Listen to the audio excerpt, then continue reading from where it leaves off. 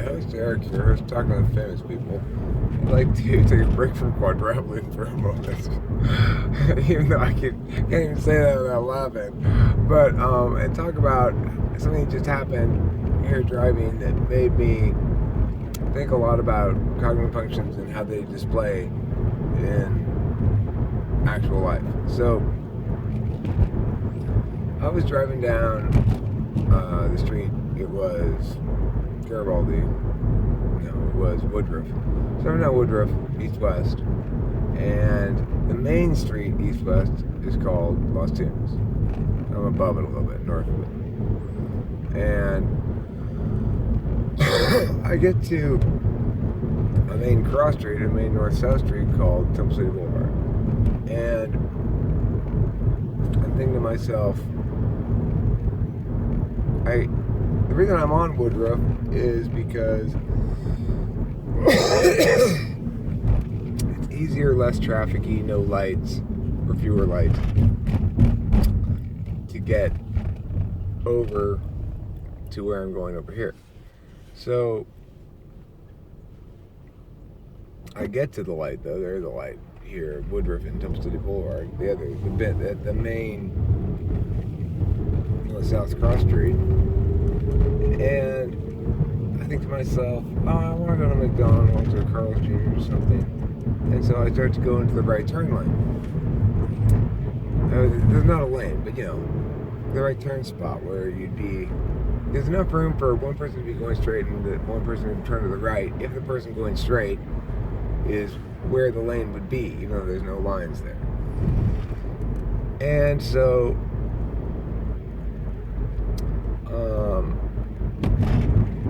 midway through turning to the right, I changed my mind. I wanted to go straight. I'd go to the McDonald's from the back door instead. Now all of this decision making is purely based on my mental processes regarding timing and maps and experience of traffic and stuff like that.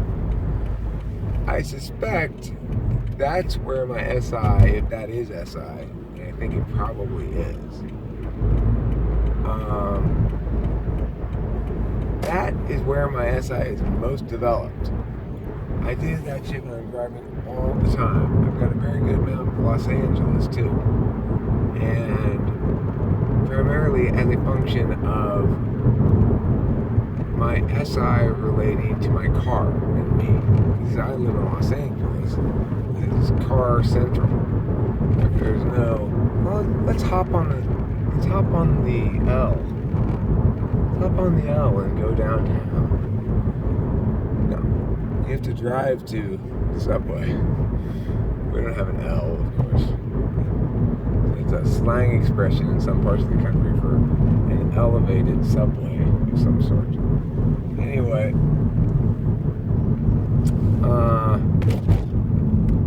but I digress. What was I saying about oh right. So then midway, I really did digress there, didn't I? Midway through the right turn, I changed my mind, went back left, and so now all that decision making is based on SI, I think. So correct me if I'm wrong, people who know better. But then the next part I'm confident about. I realize that I'm midway through there that now my car is positioned where I'm gonna go straight, but if there's somebody's behind me, they can't go to the right. They can't make a right turn. So I've basically taken up 2 lanes, and other people can't use the other lane. So I look in the rearview mirror, and of course there's somebody behind me. And then at that point, I'm like, well, okay, I guess I'll just go to the right then. And so I make the right turn anyway. Even though I didn't want to go to the right, I wanted to go straight for my SI reasons. FE kicked in and did the following thing. As soon as I realized there's another person in this equation, my first instinct, my default thing to do is to say, how is my behavior impacting this person, how their feelings right now, above anyway the organizational stuff in that side, which makes sense. Now, if I had spent more time on that, I might have said to myself, but Eric, you should prioritize your SI concerns here, because there's not going to be any experiencing of this person's emotions regardless, unless they honk at you, and even if they do, that's not, I mean, it's a matter of like politeness or rudeness, so it's up to you to decide whether you want to go to be polite or whether you want to be efficient for yourself. But yeah, I probably would have turned right anyway if I'd gotten through the TI. That's the thing about it. On something like that, there's not a whole lot of TI to be done. I think my initial TI confirmed it, basically, as I went through that process, trying to have it produce the opposite conclusion. You know, like have me then go straight. That's what I wanted to do, but it didn't work out like that once I started thinking it through. My TI was like, yeah, I turned right. Why? Because it's good to maintain certain social mores, and it's consistent with a whole bunch of meta frameworks and frameworks and other stuff like that. And for complicated reasons, TI says definitely go with FE there.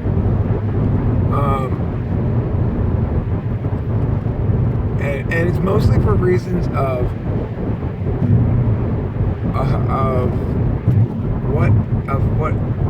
how other things I might want to have more say on, be more defiant on, are reliant upon me being able to make certain kind of arguments. And me being able to make certain kind of arguments is reliant upon me behaving in certain ways.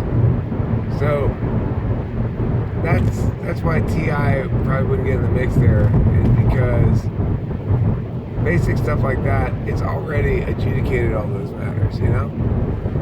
Long ago, and come up with simple rules that make those things automated for the most part. What de-automates them? What I'm doing right now, and what you and we are all doing when we're watching and or making and or talking about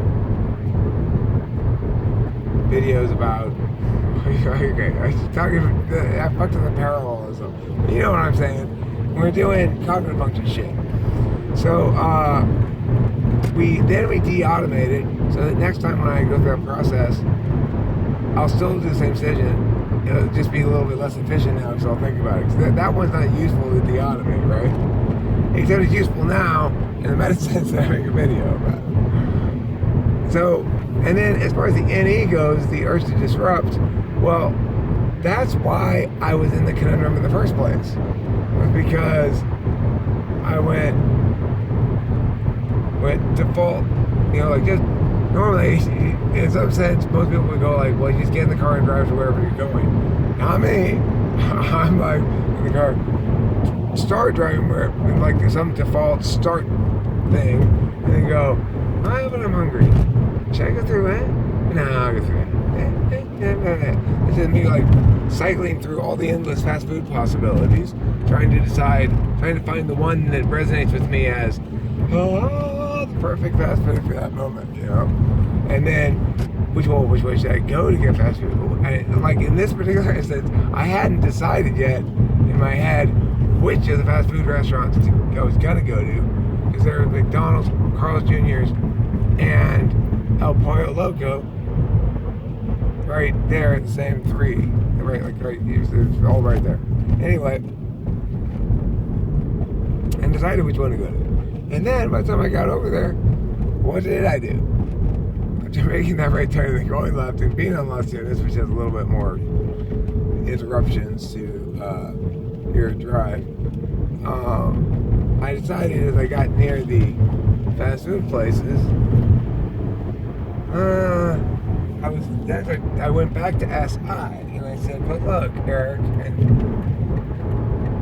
and this is an example of TI coordinating with SI. SI said, remember about getting where you're going and stuff like that? Timidly from the corner, or get where we're going stuff. Kind of like primitive, been hit in the head too many times, kind of poor abused part of Eric guy. He does that, and then TI goes, wait a second, you might be onto something here. It does make more sense for you to get food over there, because the traffic will be lighter now and heavier later. And number two, if there's an accident or something, well, then you just don't have time to get food.